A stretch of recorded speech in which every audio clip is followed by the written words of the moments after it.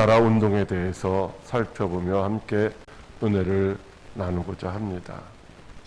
여러분, 하나님의 나라라고 하는 것은 하나님이 주인 되어서 다스리시는 나라입니다. 그 나라의 백성이 저와 여러분이라면은, 그 나라의 백성인 저와 여러분들이 하나님의 다스리심에 절대적으로 순종하는 그런 나라, 그것이 바로 하나님의 나라인 것입니다.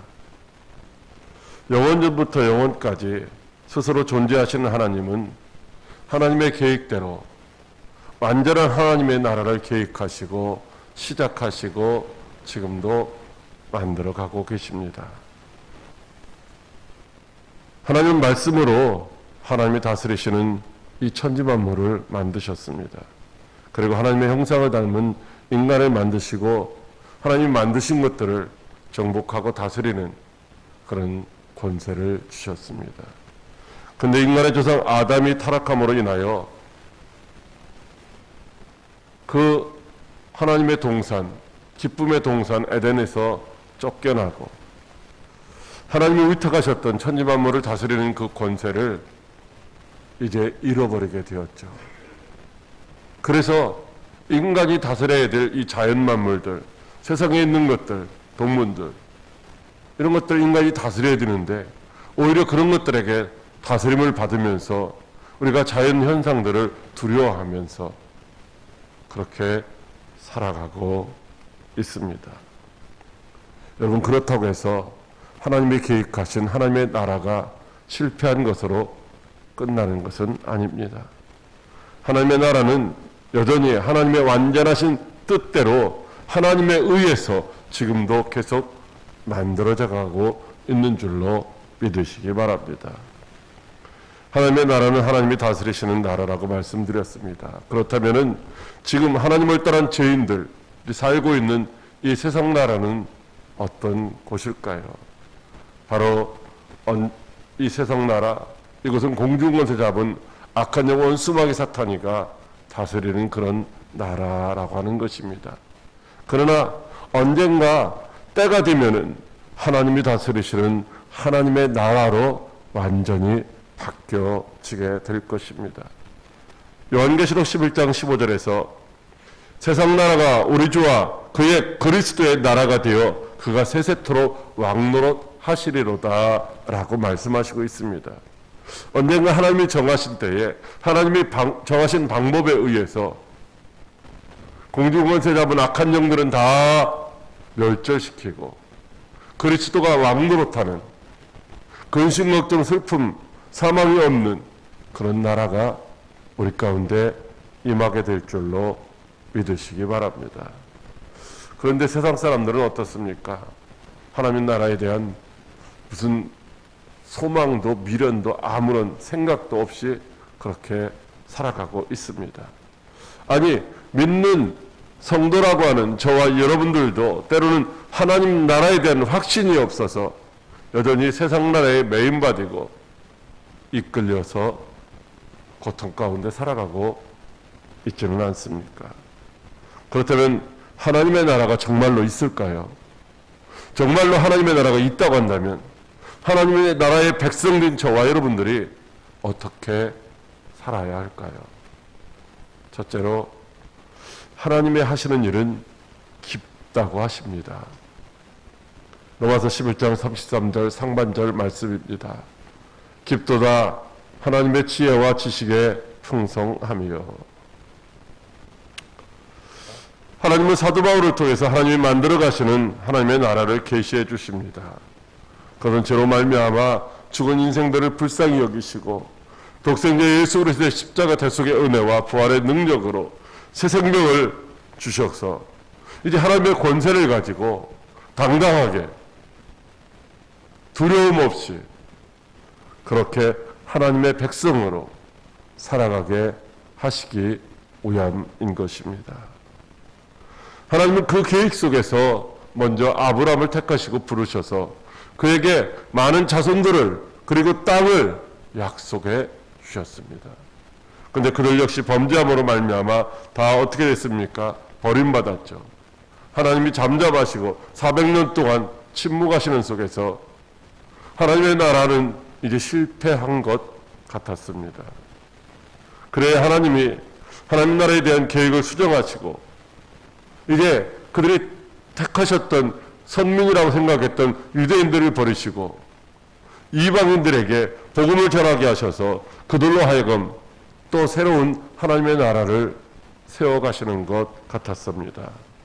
그러나 이스라엘의 실패도 이방인의 구원도 다 하나님의 나라를 세워가시는 그 과정 속에 속해 있다라고 말씀하시고 있습니다. 로마서 11장 11절로 12절 말씀에 그러므로 내가 말하노니 그들이 넘어지기까지 실족하였느냐? 그럴 수 없느니라. 그들이 넘어짐으로 구원이 이방인에게 이르러 이스라엘로 시기하게 함이니라. 그들이 넘어짐이 세상의 풍성함이 되며 그들의 실패가 이방인의 풍성함이 되거든 하물며 그들의 충만함이리요 라고 말씀하시고 있습니다. 여러분, 선민이라고 자랑하던 이스라엘 백성들이 실패하는 것 같지만은 그들이 넘어짐이 아주 넘어짐이 아니라는 것입니다. 그들이 넘어짐을 통해서 이방인에게 복음이 전파되고 또 이방인이 풍성한 복음으로 이제 새 생명을 얻는 것을 보면서 이스라엘이 시기가 나서 그들로 또한 열심을 내어서 하나님 나라를 세워가는 일에 이제 함께하게 된다라고 그렇게 말씀을 하시고 있습니다. 사람들은 이해할 수 없지만 그러나 하나님은 이스라엘의 실패나 이방인의 구원도 다 하나님 나라를 세워가시는 그런 과정이라고 말씀하시고 있는 것입니다. 사도 바울이 유대인입니다. 유대인인데 자기의 동족에게 복음을 전하는 것이 아니라 이방인의 사도로 부름받고 이방인에게 그 복음을 전하면서 그래도 동족을 향한 애틋한 사랑 때문에 유대인들에게 먼저 복음을 전하지만 그들이 거부하고 이방인들은 복음을 영접하는 모습들을 보면서 너무나도 안타까워서 너무나도 답답해서 이해할 수 없어서 하나님 앞에 물어봤더니만 하나님께서 그렇게 설명을 해 주신 것입니다. 이스라엘 백성들이 넘어졌지만 아주 넘어진 것이 아니라는 것이죠. 이방인들에게 복음이 전파됨을 통하여서 이제 다시 이스라엘 백성들도 시기를 내면서 열심을 낼 때가 온다는 것입니다. 그것이 모두가 다 사도 바울도 이해할 수 없었고 많은 사람들이 이해할 수 없었지만 하나님께서 하나님의 나라를 세워가시는 과정이라고 그렇게 말씀하시고 있습니다.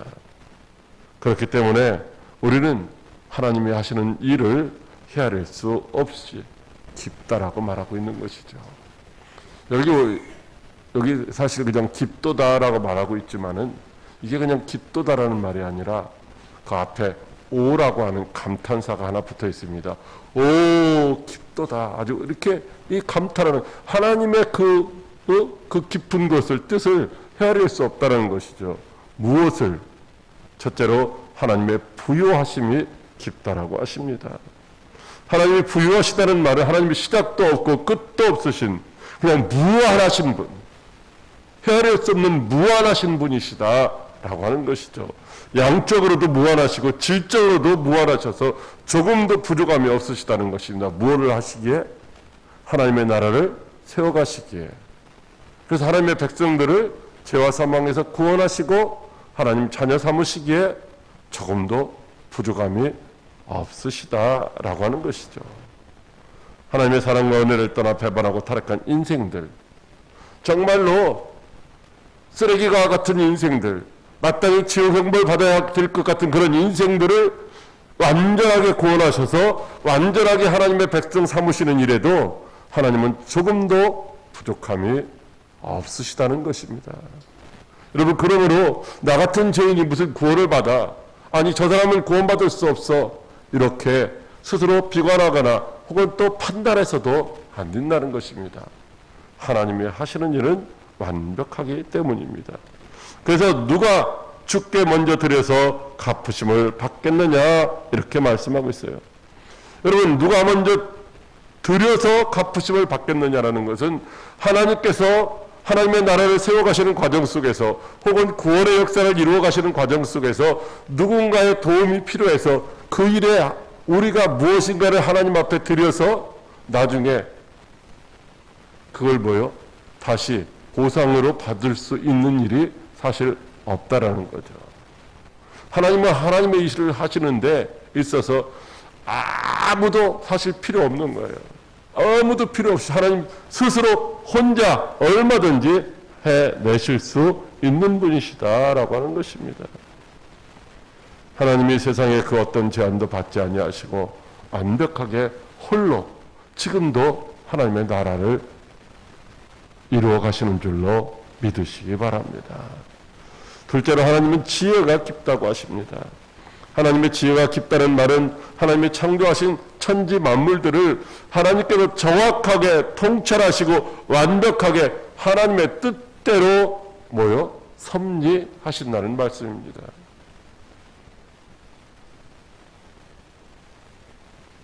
하나님 나라를 가장 현명하게 가장 효율적인 방법으로 완성하신다는 것이죠. 누구의 도움이 필요 없다는 것입니다. 그래서 누가 그의 모사가 되겠느냐 이렇게 말씀하고 있어요.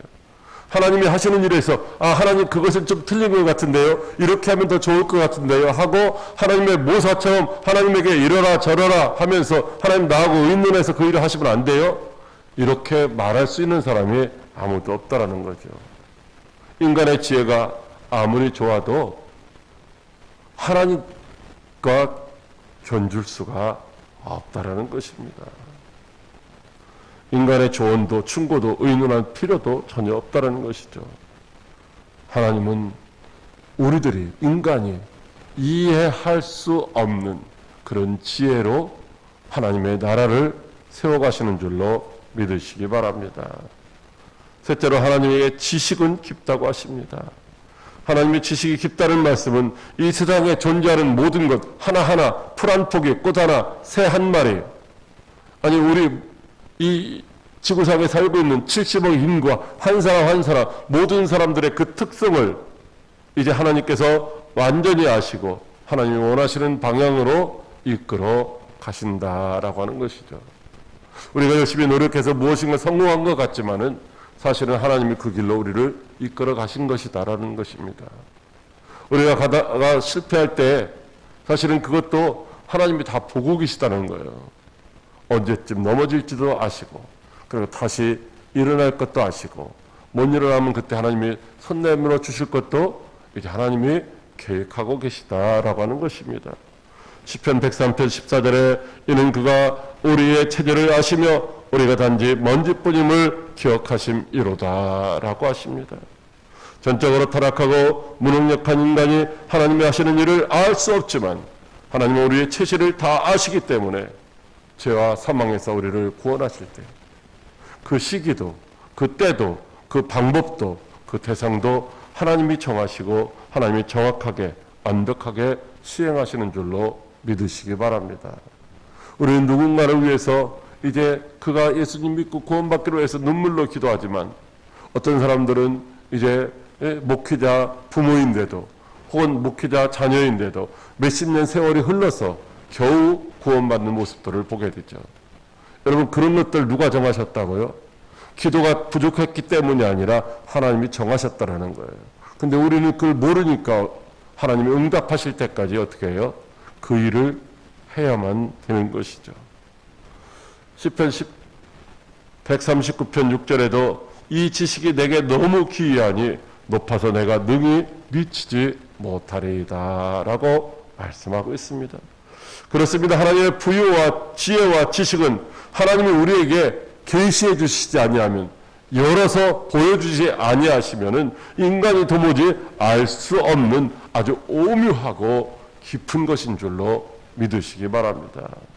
그러므로 우리는 하나님의 뜻을 내가 아는 것처럼 그렇게 판단하고 때로는 원망하고 불평하는 그런 어리석은 자가 아니라 하나님의 계시해 주시는 대로 아멘하고 감사하며 순종하는 하나님의 백성들이 다 되어야 할 줄로 믿으시기 바랍니다. 둘째로 인간의 지혜로는 깨달을 수가 없다고 하십니다. 로마서 11장 33절 하반절 말씀입니다. 그의 판단은 헤아리지 못할 것이며 그의 길은 찾지 못할 것이로다. 아멘. 하나님의 부유와 지혜와 지식의 깊이를 인간이 깨달을 수도 이해할 수도 없습니다. 그래서 사람들은 하나님이 하시는 일에 대해서 자신들이 이해하지 못하면은 믿으려 하지 않고 오히려 거절하고 오히려 대적할 때가 있습니다. 사람들은 자기가 그 영생의 길, 천국 가는 길, 성공하는 길을 찾아갈 수 있는 것처럼 이제 스스로 찾아갈 수 있다라고 호언장담하지만 실상은 그 길은 오직 그리스도 예수 한 분밖에 없다라고 말씀하시고 있습니다. 우리 인간들은 얼마든지 과학을 발달시켜서 이 첨단 기술로 하나님을 대적하며 하나님을 따라갈 수 있다라고 말하고 있죠. 그래서 하나님의 징계 앞에서도 회개하는 것이 아니라 오히려 게놈 프로젝트 그리고 이제 생명체 복제 기술을 통해서 복제 인간을 만들고 AI를 이제 통해서 뭐 세상을 좀 자유롭게 평화롭게 다스려 보려고 그런 생각들을 하고 있지만은 사실은 그 모든 것이 하나님의 창조 사역을 대적하는 어리석은 행동이다라고 하는 것입니다.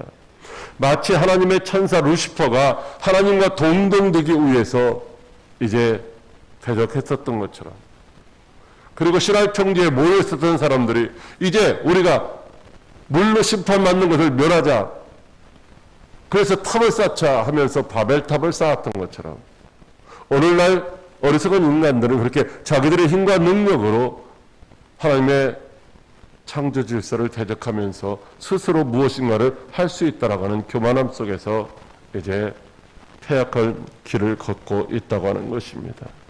그러나 유한한 인간으로서는 하나님의 심오한 경륜을 도무지 이해할 수 없습니다. 전지전능하신 하나님의 그 오묘하고 신비한 섭리를 누가 어찌 깨달을 수가 있겠습니까?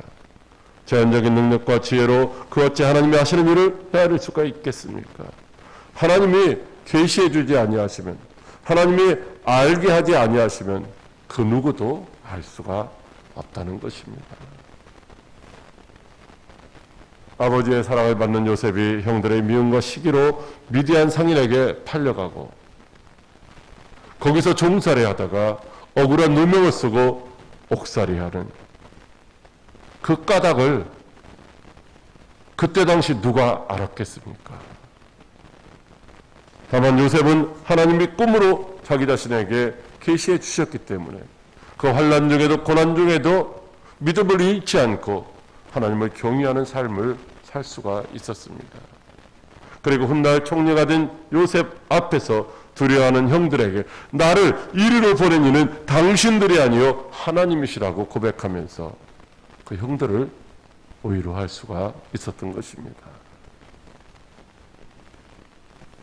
하박국 선지자도 바벨론이라고 하는 포악한 자들을 통하여 그들보다 의로운 자기 백성 이스라엘을 징계하시겠다는 하나님의 뜻을 이해할 수 없어서 하나님 어찌하여 그와 같은 일을 하십니까? 라고 그렇게 항변을 했습니다. 그러나 하나님의 계시해 주심으로 말미암아 하나님의 뜻을 알고 나서는 내가 주께 대한 소문을 듣고 놀랐지만 주의 일을 속히 행하시옵소서라고 그렇게 하나님을 찬미하고 있습니다. 여러분, 여기에 하나님께 수년 내에 부흥케 하소서라고 그렇게 번역이 되어 있지만 여러분, 수년 내에 부흥하는 것이 아닙니다. 하나님의 계획이 무엇입니까? 하나님은 바벨론을 통해서 유다라고 하는 자기 백성들을 이제 멸망시키고 그들을 포로로 붙잡혀가게 해서 70년 동안 고통스러운 세월 속에서 이제 그 이후에나 다시 회복시켜 주시겠다는 것입니다. 그럼에도 그 가운데서 하나님의 뜻이 있으니까 하박국 선지자가 그 일이 두렵지만 하나님 그럴 수밖에 없으시다면 하나님 그 일을 속히 행하시옵소서라고 그렇게 고백했던 것이죠. 마치 예수님께서 이 자를 내게서 옮겨주시옵소서, 할 수만 있으면 옮겨주시옵소서, 그러나 내 온대로 마옵시고 아버지의 뜻대로 하옵소서라고 그렇게 기도했었던 것처럼 말입니다. 요나도 마찬가지로 니느웨로 가서 회개의 복음을 선포하라는 하나님의 뜻을 헤아릴 수가 없어서, 이해할 수가 없어서 다시 들어가는 배를 타고 도망가다가 물고기 뱃속에서 3일 동안 고통을 당하지 않았습니까? 하나님의 은혜로 이제 거기서 구원받고 마지못해 니느웨로 가서 복음을 전했지만 그들이 믿고 금식하며 회개하자 하나님이 그들에게 내리시려 하던 그 재앙을 멈추시는 것을 보고 요나가 뭐라고 합니까? 하나님, 내가 그럴 줄 알았습니다. 하나님, 내가 그러실 줄 알고 내가 그들에게 복음을 안 전하려고 했는데 하면서 성내지 않았습니까? 요나는 자기 나라 이스라엘을 계속해서 괴롭히는 아수르의 사람들, 아수르 나라 이 그 수도인 느느웨 사람들을 그들이 망하는 것이 하나님의 뜻이라고 생각했지 그들이 구원받는 것이 하나님의 뜻이라고는 전혀 생각하지 않았던 것이죠. 그러나 하나님께서 박노골 사건을 통해서 하나님의 마음, 하나님의 사랑을 보여주시고 난 이후에 너는 더 이상 잠잠할 수밖에 없었다라고 하는 것입니다. 하나님의 오묘하신 구속의 경륜 앞에서 우리는 오직 감탄하며 순복할 수밖에 없는 것이죠. 하나님이 무엇이든지 계시해 주시면 그냥 아멘하고 믿고 순종해야 됩니다. 그러나 깨닫지 못하고 이해할 수 없을 때도 하나님을 신뢰하며 하나님 앞에서 순종해야 하는 것입니다. 왜냐하면 하나님이 하시는 일은 제한적인 인간이 완전히 이해하거나 파악한다는 것, 이것은 도무지 불가능한 일일 뿐만 아니라 하나님이 행하시는 일은 반드시 옳은 일이고 하나님의 계획하신 일은 반드시 그대로 성취되기 때문입니다. 이사야 55장 9절에 이는 하늘 땅보다 높음 같이 내 길이 너희 길보다 높으며 내 생각은 너희의 생각보다 높음이라고 그렇게 말씀하시고 있습니다. 여러분, 마스크를 쓰고 생활하는 것이 얼마나 불편합니까? 그러나 하나님이 뜻이 있다라는 거예요. 그래서 하나님 왜 이렇게 우리에게 이렇게 힘들게 살게 합니까? 라고 원망하는 것이 아니라 거기에 순응하면서 하나님의 뜻이 무엇인지를 분별하기를 힘써야 하는 줄로 믿으시기 바랍니다. 하나님의 생각이 언제나 옳고 바른 것이라고 한다면 우리는 우리의 생각을 과감하게 내려놓아야 합니다. 주께서 말씀하시면 나는 이해할 수 없다고 나는 못하겠노라고 불순종하는 것이 아니라 언제나 아멘 하면서 순종해야 하는 줄로 믿으시기 바랍니다. 그러므로 모든 것을 다 이해하고 따라가려고 하지 말고 나는 그거 안 믿어져요. 나는 도저히 이해가 안 돼요. 그러면서 불순종하는 것이 아니라 주의 말씀에 언제나 아멘하고 순종하여 우리를 사용하시는 하나님께 온전히 영광을 돌릴 수 있는 하나님의 나라의 백성들이 다 될 수 있기를 주님의 이름으로 축복합니다. 셋째로 하나님의 계시를 믿고 순종하라고 하십니다. 로마서 11장 36절 말씀입니다. 이는 만물이 주에게서 나오고 주로 말미암고 주에게로 돌아감이라 그에게 영광이 세세에 있을지어다. 아멘. 아멘. 우리는 하나님이 하시는 일에 대해서 다 이해할 수도 파악할 수도 없습니다. 하나님이 계시해 주시지 아니하면은 도무지 알 수가 없습니다. 그러나 알도록 해 주시는 것에 대해서는 모르는 건 몰라서 못하지만 알게 해 주시는 것은 아멘하고 순종하며 따라가야 하는 줄로 믿으시기 바랍니다. 사도 바울을 통해서 하나님이 우리에게 이렇게 분명하게 계시해 주시고 있습니다. 첫째로 만물이 다 주에게서 나온다고 하십니다. 하나님은 만물보다 먼저 계신 분이며 그 어떤 것들의 제한도 받지 아니하시고 만물보다 먼저 계신 그 하나님이 천지만물을 다 하나님의 뜻대로 하나님의 생각대로 하나님의 목적대로 하나님의 의도대로 그렇게 만드셨다고 하는 것이죠. 요한복음 1장 3절에 만물이 그로 말미암아 지은 바 되었으니 지은 것이 하나도 그가 없이는 된 것이 없느니라고 말씀하시고 있습니다. 저와 여러분도 우리 부모님들 때문에 어쩌다가 세상에 태어난 것이 아니라 하나님이 창세전에 계획하신 것들을 따라서 오늘 이제 이 땅에 우리가 태어났고 오늘 이 자리에서 하나님 앞에 예배드리고 있는 줄로 믿으시기 바랍니다. 내가 잘났기 때문도 아니고 내가 믿음이 좋기 때문도 아니고 하나님의 은혜로 이 자리에서 아직도 살아있어서 하나님 앞에 예배를 드리고 있다라고 하는 것이죠. 하나님이 말씀하실 때에 어떻게 됐습니까? 모든 것이 그의 뜻대로 다 되니 하나님이 보시기에 좋았더라라고 말씀하시지 않습니까? 모든 만물의 시작이 하나님에 의해서 하나님께로부터 나왔다는 것입니다. 히브리서 1장 10절에 태초에 주께서 땅에 기초를 두셨으며 하늘도 주의 손으로 지으신 바라고 말씀하시고 있습니다. 하늘과 땅 하나님이 지으셨고 그 가운데 있는 모든 것들도 하나님이 말씀으로 채우셨다라고 하는 것이죠. 그러므로 이 세상에 존재하는 모든 것 누구의 것입니까?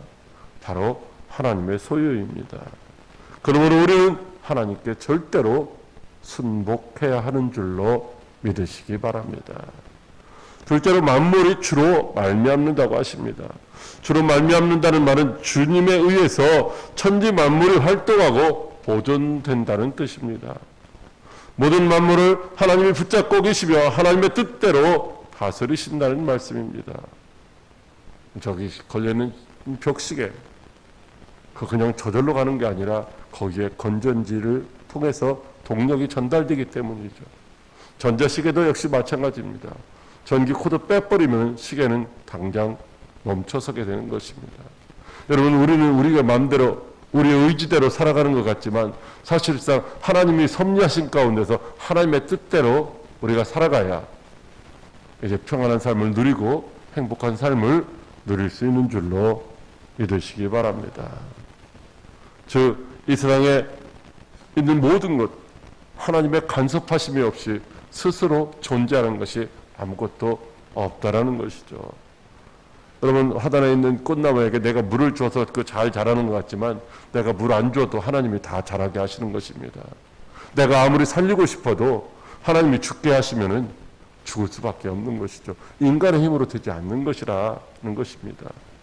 이 세상의 모든 만물들이 스스로 존재하는 것 같지만 모든 것들이 다 하나님의 손에 의해서 하나님의 뜻대로 하나님의 영광을 위하여 존재하는 줄로 믿으시기 바랍니다.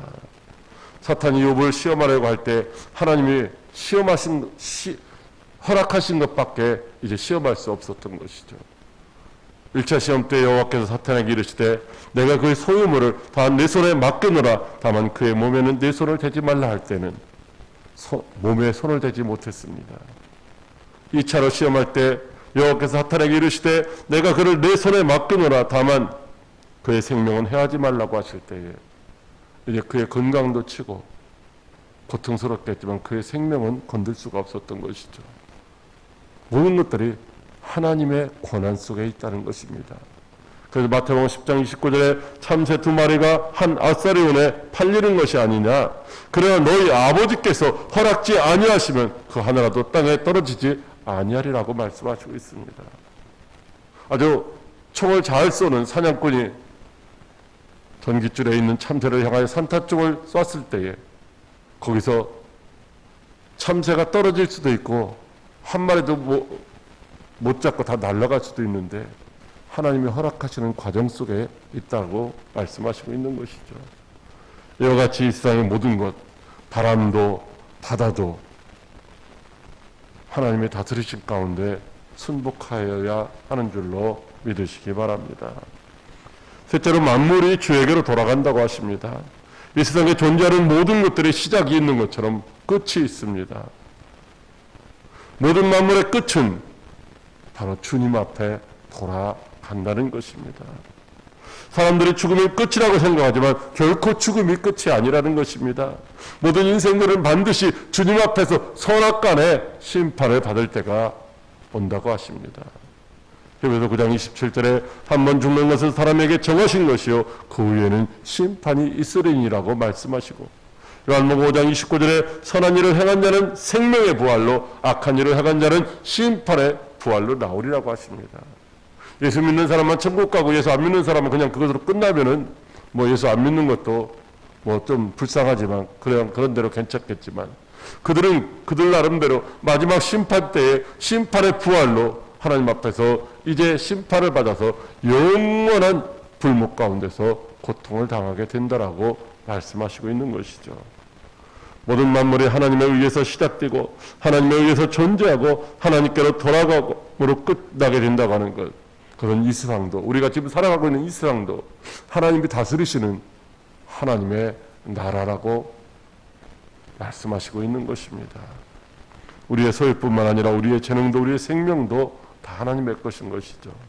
그러므로 우리 모두 오직 하나님의 나라를 세워가시는 하나님의 뜻 안에서 순종하며 하나님의 영광을 위하여 살아가는 지혜로운 성도가 되어야 할 줄로 믿으시기 바랍니다.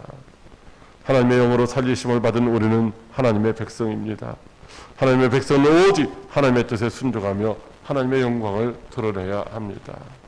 그것은 하나님께서 완성하실 하나님의 나라를 소망하며 하나님의 동역자로 오늘도 헌신하는 것입니다. 하나님이 하시는 일을 인간의 제한적인 지혜로는 도무지 헤아릴 수 없지만 하나님이 우리의 주인이시며 하나님의 뜻은 언제나 옳고 하나님의 뜻은 반드시 성취된다는 사실을 믿고 어떤 상황에서도 하나님의 말씀에 아멘으로 화답하며 하나님 나라 확장운동에 귀하게 쓰임받는 저와 여러분들이 다 될 수 있기를 주님의 이름으로 축복합니다. 기도하겠습니다.